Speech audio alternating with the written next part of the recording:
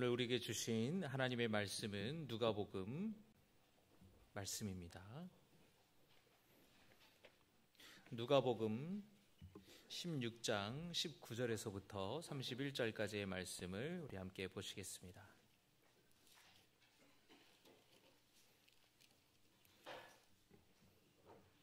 누가복음 16장 19절에서부터 31절까지의 말씀. 한 부자가 있어 자색 옷과 고운 베옷을 입고 날마다 호화롭게 즐기더라.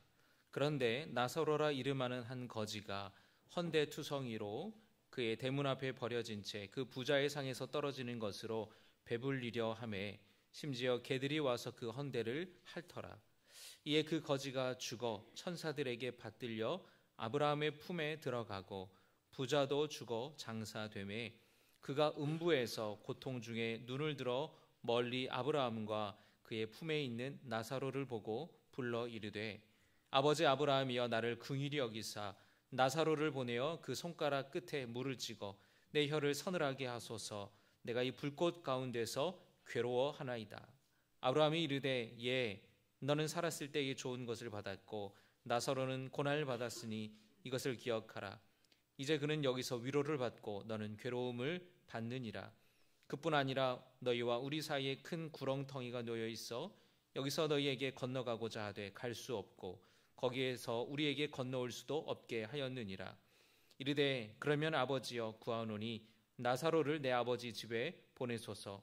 내 형제 5이 있으니 그들에게 증언하게 하여 그들로 이 고통받는 곳에 오지 않게 하소서. 아브라함이 이르되 그들에게 모세와 선지자들이 있으니 그들에게 들을지니라. 이르되 그렇지 아니하니이다. 아버지 아브라함이여 만일 죽은 자에게서 그들에게 가는 자가 있으면 회개하리이다. 31절의 말씀을 같이 봉독합니다. 이르되 모세와 선지자들에게 듣지 아니하면 비록 죽은 자 가운데서 살아나는 자가 있을지라도 권함을 받지 아니하리라 하였다 하시니라. 아멘. 할렐루야. 오늘도 주의 날을 기억하고 하나님께 예배 드리기 위해 오신 여러분을 진심으로 축복하고 환영합니다. 오늘 이 시간에 또 말씀을 함께 나눌 때에 주님이 주시는 은혜와 교훈이 있기를 소망합니다. 오늘은 초대교회 교부였던 요한 크리소스톰에 대한 말씀을 나누기를 원합니다.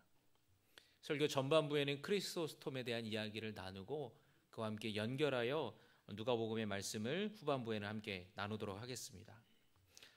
크리소스톰의 원래 이름은 크리소스톰이 아니고 요한입니다. 이 크리소스톰이 당대 뛰어난 설교가로 아주 유명했다고 합니다. 말씀을 통해 은혜 받은 사람들이 많았고 말씀을 듣고 회심하여 주께 돌아온 사람들이 많았고 말씀을 듣고 자기의 삶을 변화시켰던 사람들도 아주 많았다고 이야기를 하는데요. 이 요한이 죽은 다음에 사람들이 아주 뛰어난 설교가였던 그를 황금의 잎이라는 뜻의 크리소스톰이라는 영예로운 이름을 붙인 겁니다. 그래서 이 크리소스톰이라는 말은 황금의 잎, 그만큼 아주 뛰어난 설교가였다라는 것이죠. 이후로는 요한 크리소스톰이라는 이름으로 불려지게 됩니다.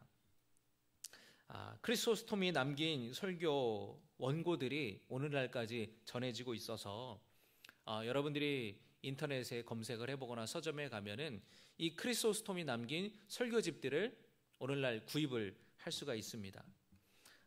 제가 여기 들고 있는 이 책이 바로 크리소스톰이 쓴 설교집인데요.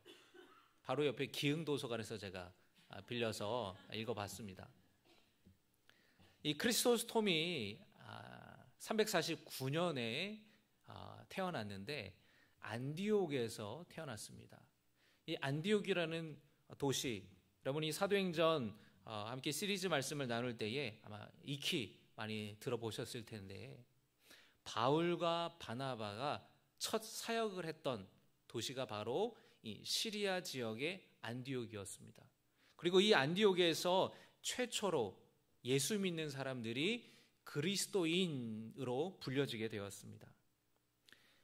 크리소스톰은 이 믿음 좋은 어머니 밑에서 태어나서 자랐는데 그가 처음에는 법률가가 되려고 했으나 세상의 부귀와 명예를 뒤로하고 세례를 받고 목회자의 길을 걷게 되었습니다. 이 크리소스톰이 아주 뛰어난 설교로 유명했는데 그의 이 영적인 영향력은 도시 안디옥을 넘어서서 로마 제국 전체에 전해지게 되었어요.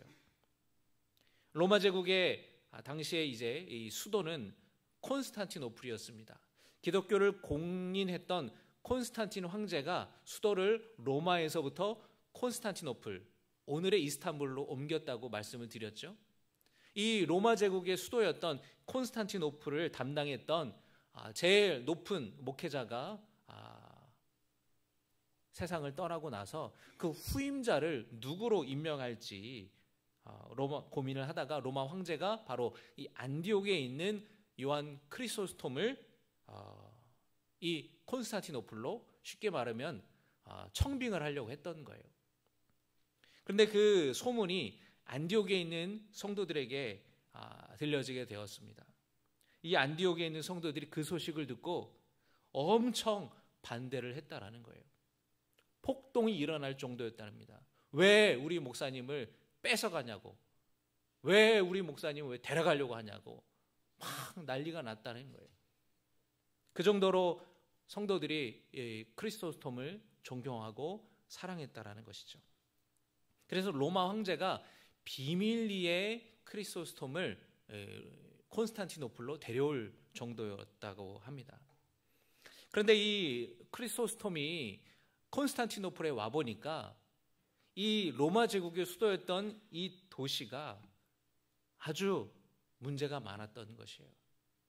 사치와 향락과 방탕한 도시였다라는 것을 이 크리소스톰이 깨닫게 됩니다. 심지어 성직자들조차 부패해 있었다고 이야기를 합니다. 새롭게 이 콘스탄티노플에서 목회를 시작했던 크리소스톰은 교회부터 먼저 개혁을 하기 시작했습니다.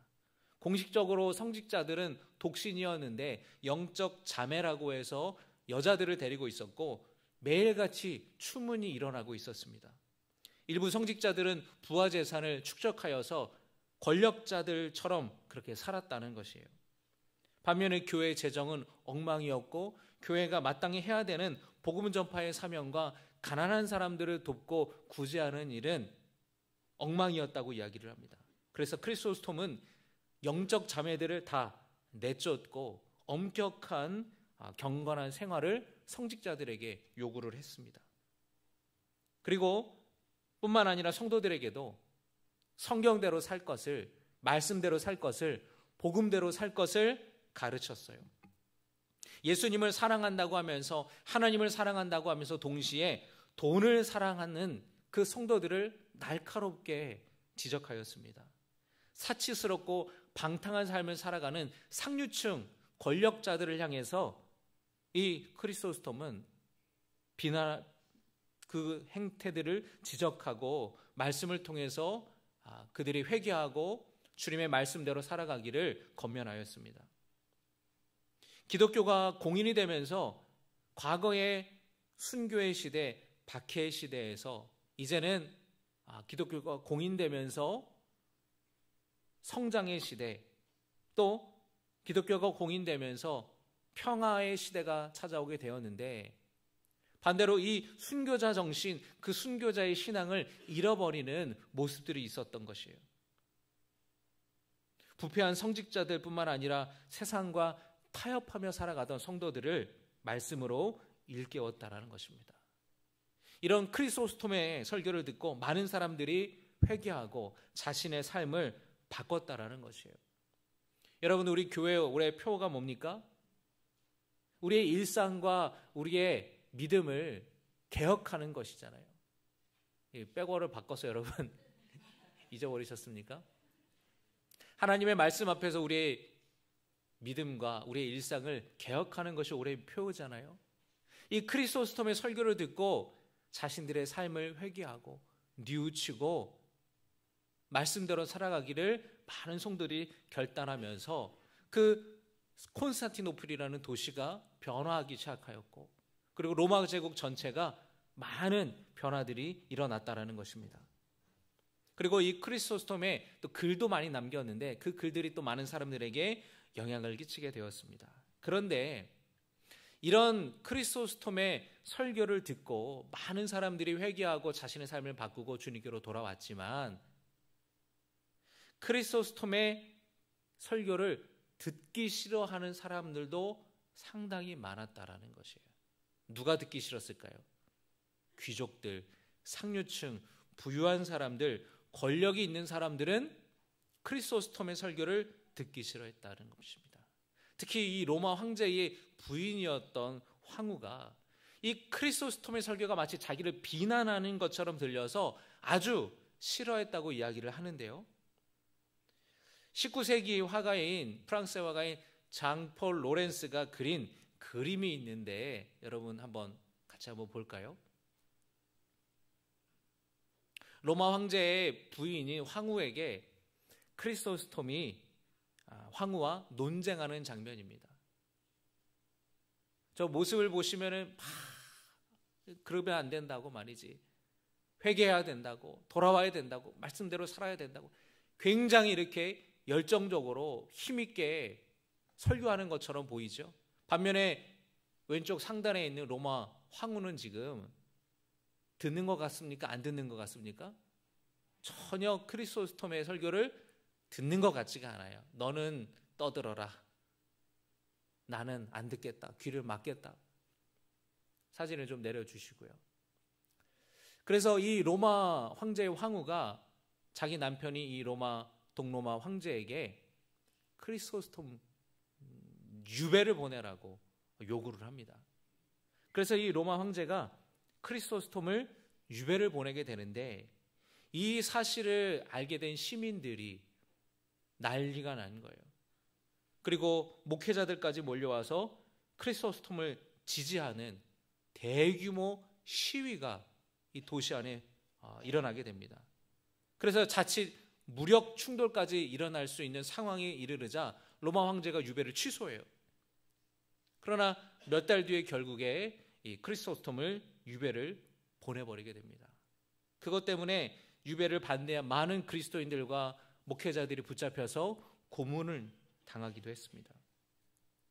유배를 떠난 이 크리소스톰이 오랫동안 유배를 가고 먼 거리를 여행하면서 고된 여정 끝에 병을 얻어서 결국에 죽게 되게 되는데요. 크리소스톰의 유해는 오늘날의 이 콘스탄티노플에 묻혀 있다고 합니다. 오늘 함께 읽은 말씀에서 예수님은 가난한 자를 향한 자비를 강조하셨는데, 크리소스톰은 이 가난한 자들에 대해 관심이 많았어요.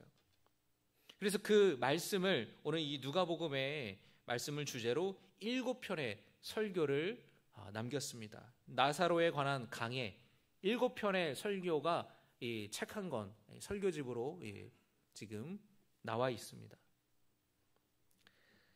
이 비유 안에, 예수님이 말씀하신 이 비유 안에 여러 가지 주제들을 깊이 있게 다루게 되었는데요. 오늘 그런 의미에서 누가복음의 말씀을 함께 나누기 원합니다. 예수님께서 비유 하나를 들려주셨는데요. 한 부자와 거지가 살았는데, 부자는 날마다 호화롭게 살았습니다. 그런데 그의 집 대문 앞에는 나사로라 이름하는 거지가 온몸에 종기투성인 채로 누워 있었습니다. 부자의 식탁에서 떨어지는 것으로 배를 채우기를 간절히 바랬는데 아무것도 얻어먹을 수 없었습니다. 쉽게 말하면 먹고 남은 음식이라도 좀 먹을 수 있을까 해서 이 부자인 그 집에 머물렀었던 것이죠. 동네 개들까지 와서 종기에 난 진물을 핥으며 그 나사로는 비참한 그런 삶을 살았습니다. 그러다가 두 사람이 죽게 되었는데, 부자는 지옥에, 그리고 거지 나사로는 천국에 갔습니다. 여러분, 오해하지 마실 것은, 여러분, 이 예수님이 말씀하신 것은 비유잖아요. 이걸 문자적으로 이해하면 안 됩니다. 아니 목사님, 예수 믿어야 구원받은데 가난해야 구원받는 겁니까? 부자는 지옥 가고 가난한 사람은 천국 가는 겁니까? 여러분, 이렇게 단순하게 들으시면 안 됩니다. 예수님이 이 비유를 통해서 말씀하시고자 하는, 이 비유를 통해서 강조하시고자 하는 그 핵심에 우리가 집중해야 되는 것입니다. 이 부자는 집을 나가고 들어오면서 자기 집 문 앞에 있는 나사로를 봤지만 무시했다라는 것이에요. 부자가 지옥에 간 원인을 이야기를 하는 겁니다. 처음에는 무심코 지나갔을 수도 있었겠죠. 그런데 그 다음에도 계속해서 그렇게 지나쳐 갔다라는 것은 이 부자에게 이 나사로를 보면서 불쌍히 여기는 마음, 긍휼한 마음이 전혀 없었다라는 것입니다. 여러 번 말씀해도 그냥 지나쳐 갔다라는 것은 그의 마음에 도와주지 않으려는 마음, 도와주고 싶지 않은 그런 마음이 있었다라는 것이에요. 그는 잔인한 사람이었고 그는 아주 냉정한 사람이었습니다. 그런데 나사로는 그런 자신의 신세에 대해 낙심하거나 불평하지 않았습니다. 그런 내용이 전혀 없어요. 여러분, 이 가난이라는 것은 잔인하고 무섭습니다. 어떤 문제나 어려움이 닥쳤을 때에 어느 정도 경제적인 능력이 있는 사람, 어느 정도 형편이 괜찮은 사람들은 좀 힘들고 좀 손해보는 정도일 거예요. 그런데 가난한 이들에게는 그 문제와 어려움이 자신들의 생존을 위협할 정도로 크게 다가옵니다.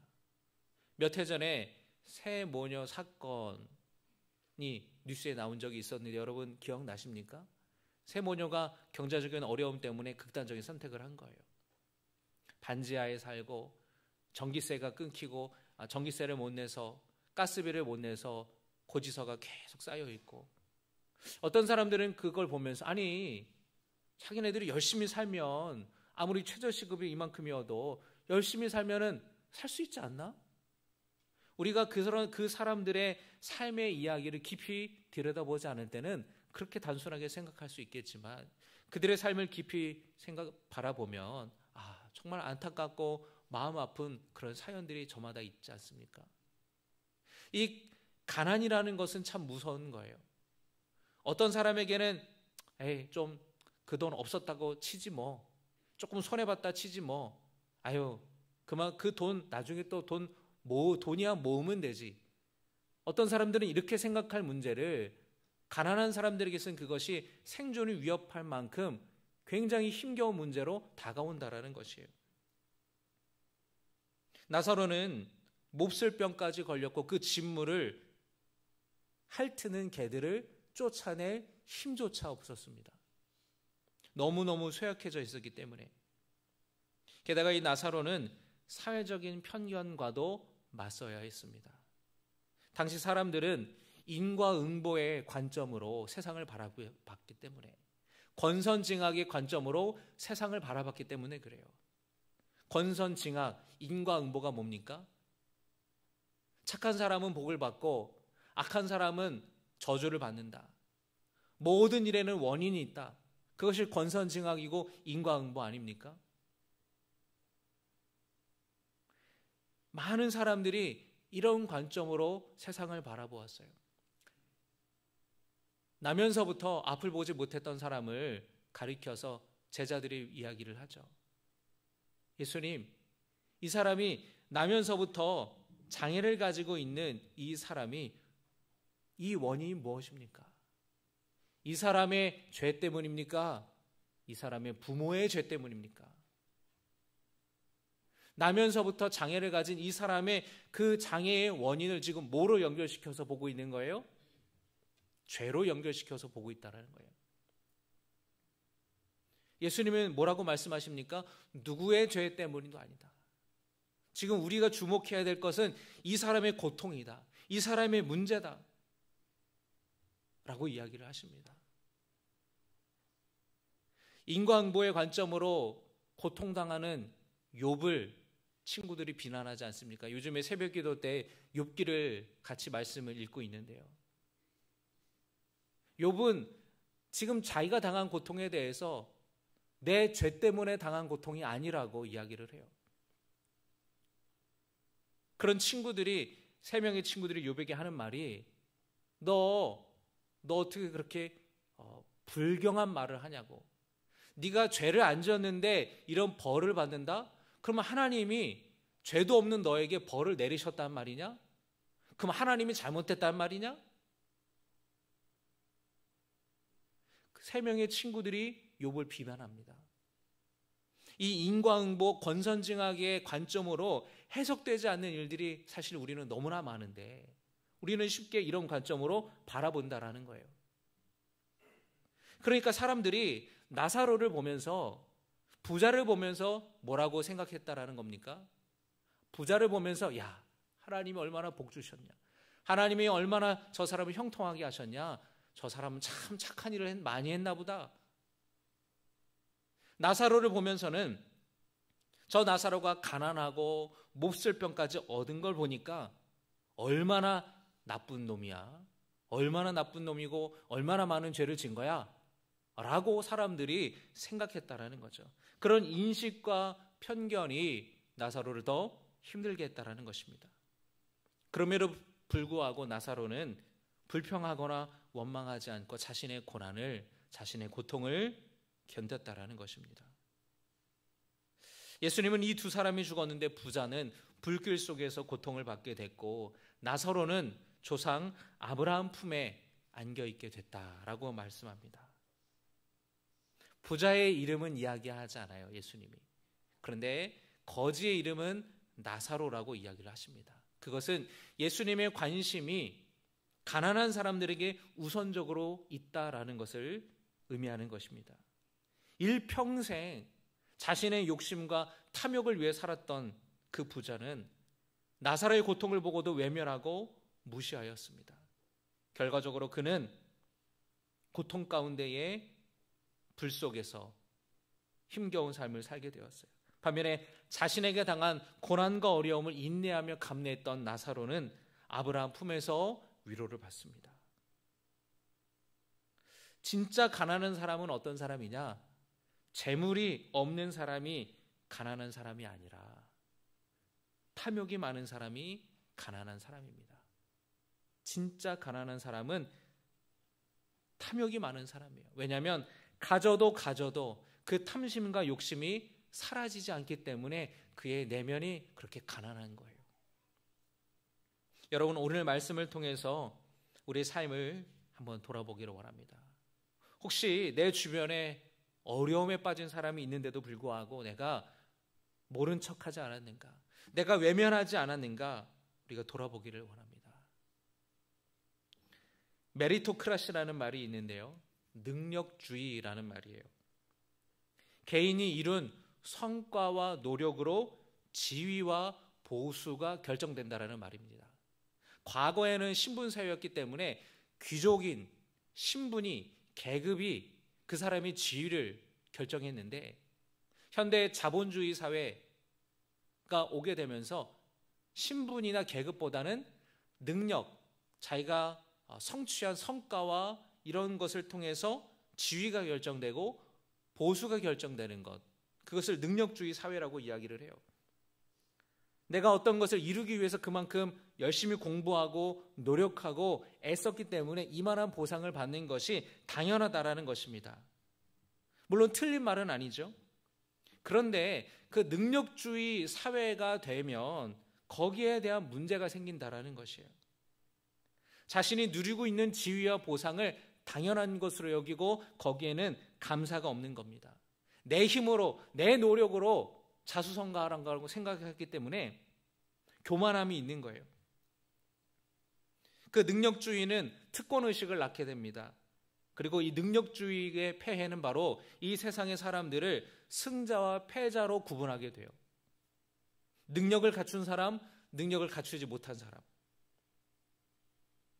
능력을 갖춘 사람은 내 힘으로 했다고 교만에 빠지기도 하고, 능력을 갖추지 못한 사람은 내가 노력이 부족했다고, 스스로의 자괴감에 빠지고 패배의식에 빠지게 됩니다. 사회 불평등의 차원을 개인의 차원으로 만들어버리는 겁니다. 사회가 함께 고민하고 이 문제를 해결해야 되는 것이 아니라 개인의 차원으로 네가 지금 못 사는 거는 네가 노력이 부족한 거야 라고 치부해버리는 사회가 된다라는 것이죠. 공감 능력을 상실해버리는 사회가 된다라는 것입니다. 그리고 이 문제에 대해 문제를 제기하면 굉장히 강하게 저항한다라는 것이에요. 요즘 우리는 이 메리토크라시의 폐해를 많이 경험하지 않습니까? 왜 자신의 노력과 능력으로 이룬 것을 건드리냐라는 거예요. 공정하지 못하다라는 것입니다. 능력주의의 함정이라는 책에서 저자는 능력주의는 공정하다라는 착각에 빠져 승자에게는 교만을, 패자에게는 굴욕감을 안겨준다라고 지적하고 있습니다. 여러분, 내가 지금 갖고 있고 누리고 있는 것이 온전히 나의 노력만으로 이룬 것이 아님을 우리는 겸손히 고백해야 될 것입니다. 하나님의 은혜가 있음을, 나를 위해 기도하고 나를 위해 헌신한 많은 사람들, 부모가 있었기 때문에, 주변 사람들이 있었기 때문에, 그 상황과 여건이 허락이 되었기 때문에 내가 그렇게 성과를 얻은 것이지, 나만의 노력으로 나의 열심으로만 내가 모든 것을 이루게 된 것은 아니라는 것을 우리가 기억해야 됩니다. 하나님께서 여러분에게 부요함을 주셨다면 여러분 감사하고 겸손하시기를 바랍니다. 그리고 책임감을 갖기를 원합니다. 내게 부요함을 주신 이유가 있으세요. 내게 지위를 주신 이유가 있습니다. 나사로처럼 어려움에 처한 사람들을 돌보고 섬기라고 주님이 우리에게 물질을 허락하여 주신 것을 여러분이 기억하시길 바랍니다. 크리소스톰은 변화받은 그리스도인들을 통해서 세상이 그리고 사회가 변화될 수 있다고 믿었습니다. 그래야 된다고 생각했어요. 예수 믿고 구원받은 것으로 그치는 것이 아니라 개인주의를 넘어서서 다른 사람의 고통에 우선적인 관심을 기울일 것을 그는 강조하였습니다. 그래서 크리소스톰의 설교를 보면은 개인의 책임이 굉장히 강조돼요. 이것이 4세기에 사람들에게 했던 설교가 맞는가? 오늘날 현대사회를 살아가는 우리에게 굉장히 많은 것을 깨닫게 해주는 설교들이에요. 개인의 책임을 강조하는 거예요. 여러분, 교회가 이 땅의 소망입니다. 교회가 이 땅의 소망이 되어야 됩니다. 여러분의 주변 사람들에게 여러분이 소망이 되어 주시기를 바랍니다. 여러분의 주변 사람들에게 여러분이 주님의 사랑을 전하는 축복의 통로가, 자비의 통로가, 은총의 통로가 되어 주시기를 주님의 이름으로 축복합니다. 크리스토스톰이 죽고 나서 그 별명으로 불려지게 됐다 그랬죠. 성경에는 여러분 본명보다 별명으로 성경에 기록되고 사람들에게 불려진 사람들이 참 많습니다. 저는 여러분 사도행전에 바나바를 참 좋아하는데요. 바나바의 뜻이 뭡니까? 위로의 아들. 위로의 아들. 바나바의 이 이름은 뜻은 위로의 아들이었어요. 위로의 아들로 바나바로 교회에서 불려지게 된 거예요. 여러분, 어떤 사람들을 보면서 저 권사님은 천사 같아. 천사 같아. 날개 없는 천사야. 그렇게 불려지게 되기를 주님의 이름으로 축복합니다. 저 집사님, 권사님은 무서워. 무서워. 그러면 안 돼요, 여러분. 참 저분은 천사 같아. 천사 같아. 그런 얘기를 들었으면 좋겠어요. 바나바처럼, 또 베드로는, 그 베드로도 베드로의 본명이 아니잖아요. 반석과 같은 그 믿음을 가진 사람으로, 그런 이름으로, 별명으로 불려주게 되었으면 좋겠습니다. 여러분을 통해 여러분의 주변에 어려움이 있는 사람들이 희망을 얻고 소망을 얻게 되고, 정말 이 세상은 아직 살만하구나, 주님의 사랑을 전할 수 있는 저와 여러분들이 되시기를 주님의 이름으로 축복합니다. 오늘 장학주일을 맞았는데 교회에서 14명의 장학생들을 선발을 해서 이제 장학금을 전달하려고 합니다. 우리 지역의 비전교회 어려운 상황에서 형편이 어려운 목회자들의 자녀들, 또 우리 신갈고 기흥고 학생들, 교회에서 공문을 보내면 학교에서 어려운 형편에서도 열심히 공부하는 학생들을 이렇게 추천해줘요. 우리 교회 안에서 장학생들을 선발하여 장학금을 전달할 겁니다. 여러분 1년 동안 내가 장학헌금을 하겠다고 약정을 하셨을 텐데 여러분의 개인에게는 그것이 큰 돈이 아닐지 몰라도 우리 모두가 함께 그 주님 앞에 헌금을 드려서 그 예물을 통해서 어려운 학생들을 우리가 돕게 되는 것입니다. 그 학생들을 여러분이 개인적으로는 알지 못하시죠. 저도 마찬가지예요. 그러나 그 우리를 통한 사랑을 그 학생들이 받으면서 때로는 힘들고 어려운 가운데에 공부를 포기하고 학업을 포기하는 일이 없도록 이 아이들이 우리를 통해서 주님이 살아계시고 주님의 나를 사랑하고 계시구나라는 것을 믿게 되는 일들이 있기를 주님의 이름으로 축복합니다. 약정하지 않으셨더라도 마음에 감동이 되시면 여러분 또 이 장학헌금 기억하고 헌금하시기를 바랍니다. 또 우리가 사순절에 사랑의 빵 나눔 저금통을 모으는데 예물을 통하여서 우리가 알지 못하는 사람들이지만 그들에게 주님의 사랑을 전할 수 있다는 것 너무나 감사한 일이라는 것입니다. 주님의 사랑을 주님의 자비를 실천하는 우리 모두가 되기를 주님의 이름으로 축복합니다.